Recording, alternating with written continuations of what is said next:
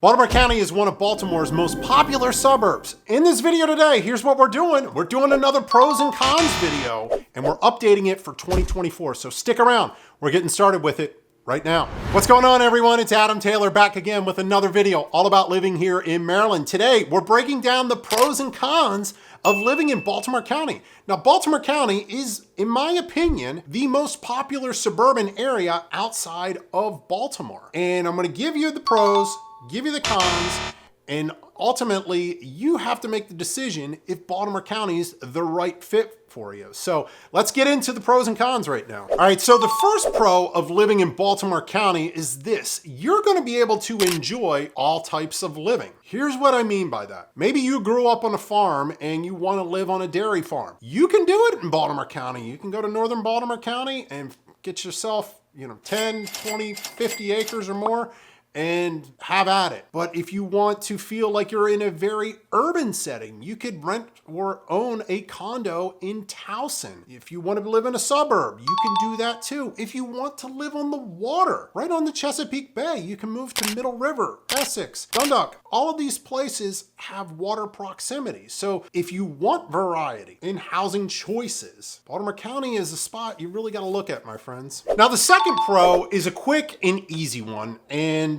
it's this, my friends. If you need to be in downtown Baltimore more than a few times a month, living in Baltimore County and its proximity to downtown Baltimore is a huge pro. Let's face it, look, Baltimore City is sort of like a square with a triangle in at one side, and wrapped around it, like wrapped over the arms of the city, is Baltimore County. So you can get right into downtown in a matter of minutes in some parts of the county. And even the most distant places in Baltimore County, maybe you're right at the Maryland PA line and you need to come down into the city, you could probably be there, depending upon traffic, obviously, in about 35 to 40 minutes. So it's not that far to commute anywhere in the county to get into downtown Baltimore. Now, before I jump into number 3 here, if this is your first time to our channel, number 1, I want to welcome you. My name is Adam Taylor. I run the Living in Baltimore, Maryland channel. And on this channel, we talk about all things Maryland. We talk about living here, working here, chilling here, and most importantly, getting out and having some fun in the great state of Maryland. So if you're interested in learning more, please consider hitting that subscribe button down below. It's the one that looks like the one right over my shoulder here. Don't forget to give it a little bell click. That way you're alerted every time we put out another video just like this one. Now, as I say all the time, my team and I, we are receiving phone calls, text messages, and emails from folks all over the world looking to make a move right here to Maryland, and we absolutely love it. So if you're thinking of making a move, we'd love to connect with you and we'd love to help you, but we just need one thing from you. It's for you to reach out and connect with us. So please give us a call, shoot us a text, send us an email, or better yet, this is the best way to get a hold of us, schedule your own one-on-one Zoom appointment using the link down in the description below. That way you and I or someone on my team can hop on a call, get to know what you're looking for, and see what we can do to help you out with your transition. Now let's jump back in and knock the rest of these pros and cons out for you. Now, pro number 3, it's a biggie. In reality, I think this is the biggest pro of living in Baltimore County, and it's the access to public transit options. Now, I'm gonna go through them here, and I'm gonna go kind of quick, so bear with me as I do that. So if you need to just get around the county, maybe just a short drive down the road or get to work, you can utilize the MTA bus lines. They run all throughout the county, go in and out of the city. They're great to get around. Second thing, if you need to commute to the city from like points that are further away from the city, like Hunt Valley, maybe even White Marsh, there are commuter bus lines that you can take and park at one of these commuter lots and jump on a bus, come on in to work each and every day in downtown Baltimore. So I think that's fabulous. In addition to that, you have the subway in Owings Mills that goes from Owings Mills all the way down into downtown Baltimore. You have the MTA light rail system that runs north and south in and out of the city. And it goes from a northern point of Hunt Valley all the way through downtown Baltimore to the airport at BWI. And then the final thing, this is the bonus one that a lot of people don't tell you about, is you have the ability to hop on the MARC train and take a commuter line, high-speed train, all the way down to Washington, D.C., right in Baltimore County. You can pick it up right at Middle River Station, which is right across from Martin Airport. So, my friends, that's a biggie right there. If you need public transportation, and you don't want to live in downtown Baltimore, you can do it all in Baltimore County, my friends. All right, pro number 4, it's got to be the shopping in and around the county. Let's face it, a lot of people are coming to Baltimore County for the stores that they have there, especially those in Towson, because Towson Town Center has a lot of the bougie stores that you see in some of the areas of like New York and Beverly Hills. So a lot of people flock to the Towson Town Center. In addition to that, you've got White Marsh has the Avenue, tons of shopping and lots of entertainment going on there. They have an ice rink. You have Owings Mills has done a beautiful job with all the expansion that they're doing in Owings Mills. And then you have places just like Timonium that have sort of been a staple in the Baltimore County shopping landscape, if you will, for many, many years, all the stuff along York Road. So if you want to be in a place where you really don't have to go too far to get to a store and any store that you need or a restaurant, Baltimore County's sort of got it all right out your doorstep. Now, the 5th and final pro, and this is something that I personally love about Baltimore County, is all the incredible parks that you get to enjoy for free for the most part. There are some areas that you do have to pay an admission fee for, but in general, you can pretty much drive your car on in and enjoy these places. I'm talking about places like Loch Raven Reservoir. That's 100% free. So if you like to go mountain biking, I used to do this years ago and broken many bones mountain biking at Loch Raven, but it was an absolute blast. You can rent a little canoe and go on out and do some fishing in Loch Raven Reservoir. It's a ton of fun, and it's a beautiful sort of, I don't want to call it secluded, but there's not too much traffic on the road that goes right through the reservoir. In addition to that, you've got Gunpowder State Park, which has multiple spots that you can go and visit. And it's a lot of fun. Where the biggest part of the Gunpowder State Park is down in the Chase Middle River area. And you can go on out and they have like a little beach that feeds right into the Gunpowder River. It's a lot of fun. You can set up and have a picnic and do all sorts of stuff at Gunpowder State Park. And then the final one is Patapsco State Park. Now, that park is sort of shared because it's right in Ellicott City, and half of it is in Howard County and half of it is in Baltimore County, but it's still a great resource where you can go enjoy a wonderful day with your family or loved ones and just get out and enjoy nature and all that it has to offer. So my friends, if you want to be outside looking and doing a lot of fun stuff, really look, these are the pros of Baltimore County. You've got all types of housing, close proximity to downtown, you've got public transit options, all the shopping you need, and lastly, these fantastic parks. Now, you got the pros. Hang tight, we're gonna get into the cons right now. All right, first con we gotta talk about in Baltimore County is the property tax rate. Now, outside of living right in downtown Baltimore, the most expensive property taxes in the Baltimore metro area are right in Baltimore County. Now I've got up, and we'll put it on the screen here, the tax rate chart for all of the counties in the entire state. And what I'll do is I'll even drop this link right in the description down below so you can look at it and sort of look at what the tax rates are in other counties as well as Baltimore County. But here's the proof, my friends. It's right here showing that Baltimore County in the Baltimore metro region is the highest tax county outside of Baltimore City. Now, the second con of living in Baltimore County sort of goes hand in hand with the property taxes. It's the real estate prices.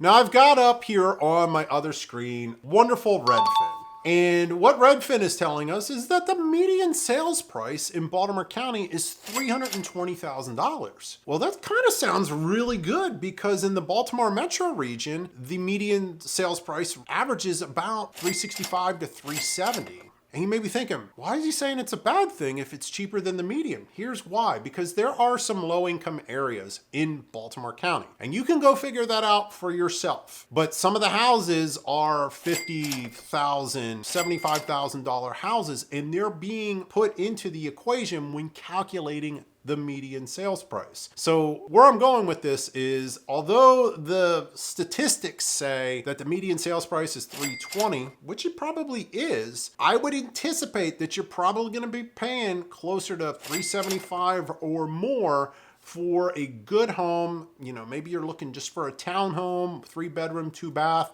You might be able to get something in that $375 or up range when looking for a home in Baltimore County. All right, I have 3 more cons for you here. And before I jump into those, look, if you're finding value in this video, could I ask a quick and small favor from you? Would you mind hitting the like button down below? It's the one that looks like a thumbs up just like this. And if you have any questions, please drop them down below because I'll do my best or somebody on my team to answer your question. But in addition to that, there are thousands of locals that watch these videos each and every week. And I always like when they jump in and give their perspective, good or bad, on things. So I invite you, drop your comments down below, ask any questions that you want. But if it is more personal in nature, naturally, always feel free to reach out to us directly. Again, all of our contact information is listed down in the description. So next thing we got to look at is con number 3, and it's the traffic. All right, my friends, you got to buckle up for this traffic spot here because it's not pretty in Baltimore County. And the traffic, it's getting, quite honestly, only worse, in my opinion. And it's led by